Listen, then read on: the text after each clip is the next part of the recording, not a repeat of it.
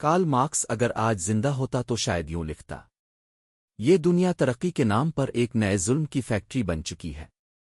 سرمایہ دار طبقہ انسان کے خون کو منافع میں بدل رہا ہے، مزدور اپنی ہڈیوں کا ایندھن جلا کر بھی بھوک سے آزاد نہیں، جبکہ محلات میں بیٹھے بورژوا انسانیت کا جنازہ نکال رہے ہیں۔ جمہوریت ایک نقاب ہے، قانون ایک ہتھیار، اور ریاست سرمایہ کے پہرے دار کے سوا کچھ نہیں۔ آج بھی محنت کش پس رہا ہے، کسان قرض میں دفن ہے، نوجوان بے روزگاری کے اندھیرے میں جل رہا ہے، اور حکمران طبقہ مذہب، قومیت اور جھوٹے نعروں سے عوام کو بے وقوف بنا رہا ہے۔ سرمایہ داری نے انسان کو انسان نہیں، ایک خرید و فروخت کی شے بنا دیا ہے۔